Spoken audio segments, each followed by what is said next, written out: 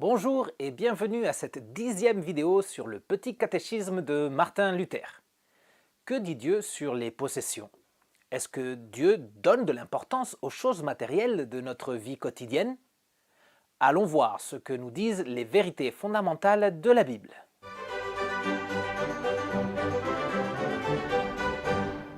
Tout d'abord, on peut se demander pourquoi Dieu doit donner son avis sur nos possessions matérielles. C'est ce qu'on a pu acheter avec notre argent. Est-ce qu'il a le droit de s'en mêler? Eh bien oui, lisons ce que nous dit 1 Corinthiens 10, 26. La terre avec tout ce qu'elle contient appartient au Seigneur. Tout ce que nous avons, nos possessions, proviennent des éléments créés par Dieu.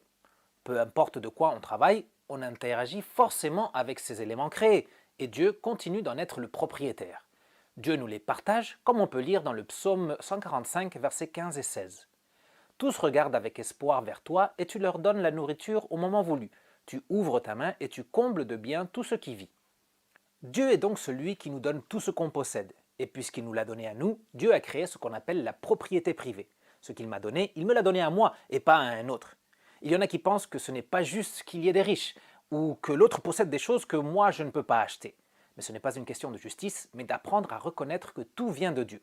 Il nous est dit dans Ecclésiaste 5, 18, « Et même si un homme a reçu de Dieu des richesses et des biens, s'il lui a donné le pouvoir d'en manger et d'en prendre sa part et de se réjouir au milieu de son travail, c'est un cadeau de Dieu. » Donc nos possessions sont un bien à nous, donné par Dieu. Mais Dieu ne les fait pas apparaître de nulle part comme par magie. Afin de nous bénir avec des biens et de l'argent, Dieu nous indique qu'il faut travailler. C'est dans Actes 20, 34. Vous le savez vous-même, les mains que voici ont pourvu à mes besoins et à ceux de mes compagnons. Tout ce qui a été créé appartient à Dieu. Et Dieu nous permet de travailler dans sa création afin de pourvoir à nos besoins et gagner notre vie. Mais c'est lui qui bénit le fruit de notre travail et qui nous accorde dans sa grâce toutes nos possessions matérielles. Alors, ce que nous avons provient de Dieu. Et Dieu veut protéger ce qu'il nous a donné par le 7e commandement. On peut le lire dans Exode 20, 15. Tu ne commettras pas de vol. Voler, c'est s'approprier de la propriété du prochain de façon illégitime et injuste.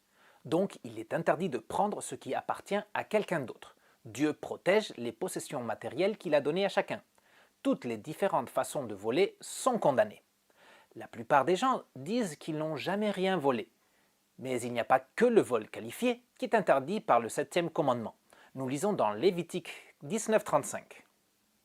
Vous ne commettrez pas d'injustice ni dans les jugements, ni dans les mesures de dimension, ni dans les poids, ni dans les mesures de capacité.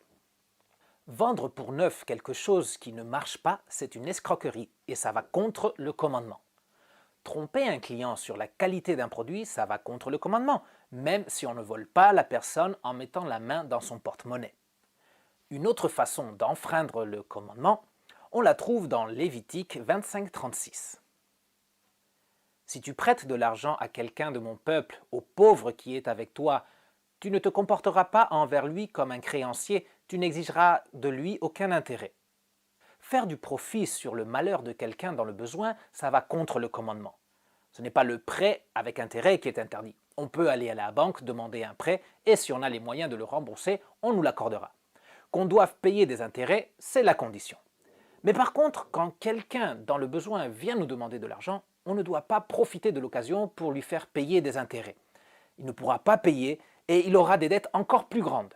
Cette attitude, ça s'appelle de l'usure et ça va contre le commandement. On lit aussi dans Psaume 37, verset 21. Le méchant emprunte et il ne rend pas. Quand on nous prête quelque chose et on ne le rend pas, ça va contre le commandement. Je ne suis pas allé voler chez quelqu'un, mais en gardant ce qui ne m'appartient pas, c'est comme l'avoir volé. Pareil, quand on a demandé un prêt et on ne le paye pas, ou quand on ne paye pas ses impôts, c'est voler. Un autre texte encore pour voir toutes les façons d'enfreindre le commandement. Voyons Jérémie 22, 13. Malheur à celui qui fait travailler son prochain sans le payer, sans lui donner son salaire. Si on embauche quelqu'un, il faut lui payer ce qui est juste. Ne pas payer le salaire convenu est un péché contre le 7e commandement.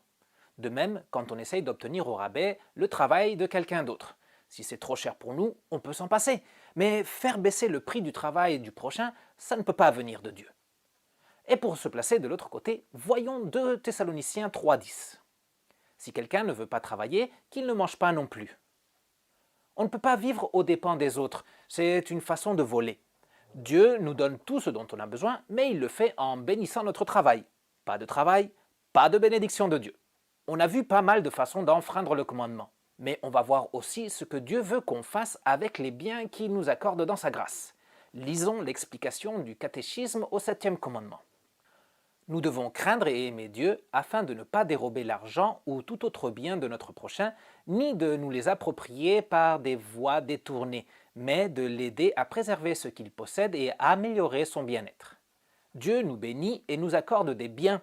Il les protège par le commandement, mais il a aussi un mot à dire sur la façon d'utiliser nos possessions. Nous lisons dans Éphésiens 4,28. Que celui qui volait cesse de voler, qu'il se donne plutôt la peine de travailler honnêtement de ses propres mains pour avoir de quoi donner à celui qui est dans le besoin. Dieu ne nous bénit pas matériellement que pour notre bien-être personnel. Il nous bénit suffisamment pour qu'on ait aussi de quoi aider notre prochain. Par le travail, Dieu nous accorde sa bénédiction, mais il nous dirige aussi à partager cette bénédiction avec ceux qui sont dans le besoin autour de nous. Nous lisons aussi dans Proverbe 19,17. Celui qui accorde une faveur aux pauvres prête à l'Éternel, qui lui rendra son bienfait. Quand on aide matériellement notre prochain, il faut considérer que nous sommes en train de prêter à Dieu. Au lieu de profiter du malheur du pauvre pour en faire du profit, il faut savoir parfois renoncer au gain et attendre la bénédiction de Dieu avec confiance. Faire le bien avec nos possessions, c'est aussi une façon de refléter l'amour de Dieu. Nous lisons dans 1 Jean 3,17. Si quelqu'un qui possède les biens de ce monde voit son frère dans le besoin et lui ferme son cœur, comment l'amour de Dieu peut-il demeurer en lui? Parce que Dieu nous aime, il nous bénit.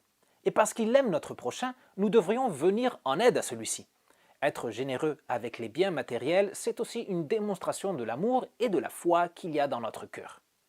Nous sommes intendants des dons de Dieu. On ne fait que gérer ce que Dieu nous a donné.